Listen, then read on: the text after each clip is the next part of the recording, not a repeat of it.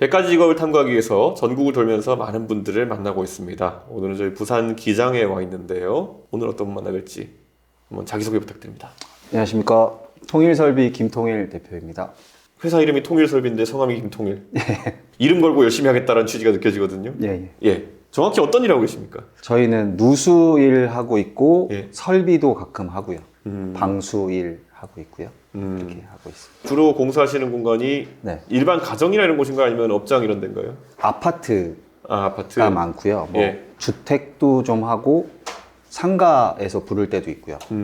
관리실에서 보통 이제 연계로 많이 하죠. 보통 직원분들을 고정으로 두고 하십니까? 아니면 그때그때 그 일의 성격에 맞게 사람들을 모아서 하십니까?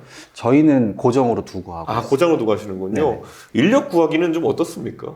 쉽지는 않더라고요. 지금은 고정으로 좀 하고 계시는데 네. 저희 지역 특성상 네. 젊은 사람들은 잘 안 구해지고요. 그렇죠. 그리고 약간 나이 드시고 정년하시고 예. 이렇게 설비로 넘어오시는 분들, 그런 분들이 좀 많아요.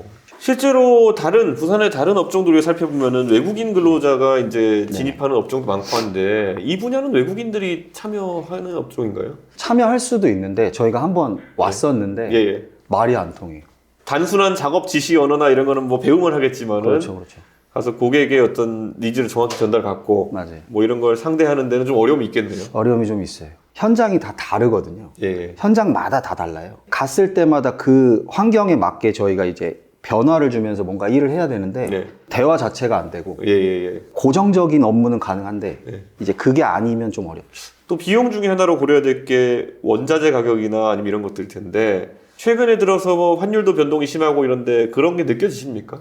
벌써 올랐고요. 그런데 이제 결국 고객에게 청구하는 그 나중에 금액 같은 경우에는 그만큼은 안 변한 거죠.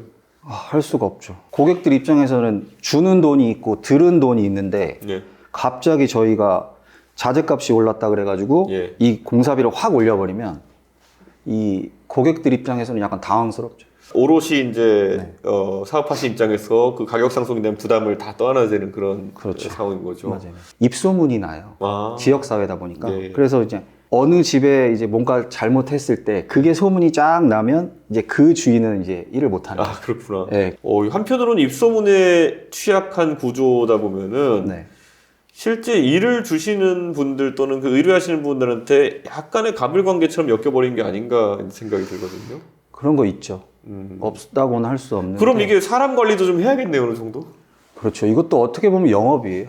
일도 일인데 예. 영업이 먼저 깔려야 작업이 들어가요. 그렇죠. 그러니까 작업을 하려면 일단은 먼저 서비스적으로 이런 부분이 이제 회사 경영하실 입장에서는 쉽지 않죠. 난감한 부분이겠습니다. 그렇죠. 예. 일하시는 분들은 일단은 일만 보고 사실 오시거든요. 예. 그러니까 좀 기술 계통으로 좀 이제 일을 하시는데 현장을 나가면 이게 서비스직이랑 같이 맞물리다 보니까 예. 그런 부분에서 좀 어려움을 느끼시는 분들이 간혹 계세요. 이 거래처 관리라든지 모든 것이 네. 사실 엄청 스트레스 받고 중간에서 가격 변동이라든지 이런 것에 대해서 본인이 옷을 떠나야 되는 그런 상황이 되게 있다. 젊은 세대가 진입을 이제 안 하려고 한다라고 하시는데 네네. 특히 설비업이나 이런 것의 미래를 어떻게 보십니까? 저는 밝다고 봐요. 경기가 좀 안 좋아지면은 좀 이렇게 소비 심리가 조금 줄어들긴 하는데 설비 같은 경우는 그러니까 신축 설비도 있지만 보통 개보수예요. 인테리어는 좀 그래도 하시는 편이에요. 그다음에 누수는 좀 더 그렇고. 누수는 왜냐하면 위아래 집이 이 물로 예. 이제 물이 새버리니까 예. 어쩔 수 없이 해야 되는 거죠. 어떤 경로로 보통 먼저 알게 됩니까? 차에다가 이제 랩핑을 해놨거든요. 예. 차 보시고도 많이 오고 차 보고 관리실 통해서도 좀 오시고 예. 그다음에 저희가 이제 전단 같은 거 돌리는 거 보고도 오시고.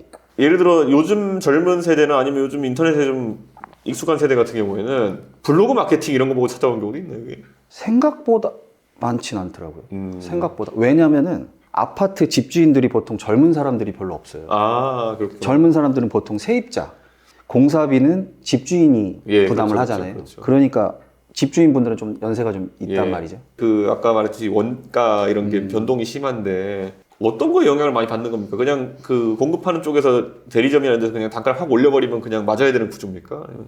보통은 들어오는 제조사 그쪽에서 금액을 일단 먼저 올리고요. 네. 그러면서 이제 저희가 구매하는 뭐 철물점이나 네. 뭐 이런 데 쪽으로 들어올 때 들어오는 단가가 세져요. 그러면 이제 그쪽에서도 자기들 마진 때문에 어쩔 수 없이 올리고요. 인건비와 자재비의 이중고를 겪는 일이 많이 있을 것 같은데 뭐 이런 게 환율이라는 게 빨리 안정돼가지고 좀 그런 게 좀 덜했으면 좋겠다 이런 생각해 봅니다. 현업에 있는 재밌는 얘기 많이 해서 정말 감사합니다. 감사합니다. 오늘 혹시 정치하는 사람들에게 이런 네. 꼭 설비업에 대한 분이 아니더라도 네. 전반적으로 해주실 말씀 있으시면은 한 말씀 부탁드리겠습니다. 정치요. 예. 젊은 세대가 관심을 가질 수 있게 깨끗하게 좀 하면 우리나라도 조금 발전할 수 있지 않을까 싶습니다. 너무 좋은 말씀 감사합니다. 감사합니다. 예, 좋습니다.